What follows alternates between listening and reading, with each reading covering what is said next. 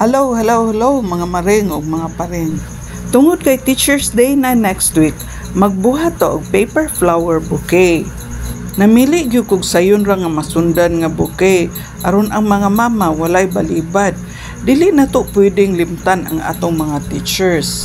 Kay ingon pa nila, a good teacher is like a candle. It consumes itself to light the way of others. Busa, aron dili ta maglisod next week, magbuhat na ta karon hinay-hinay aron pagka next week dili na ta maapikihan. O gatangin ninyo ang akong mga uploads on making flowers or bouquet or making cards para sa atong mga teachers. Mga mama ha, hinay-hinay na ta karong pangita kanang sayon-sayon. Pero kung maka-afford mo, pwede rapod nga magpalit og flowers nga fresh or unsa pa ganing diha.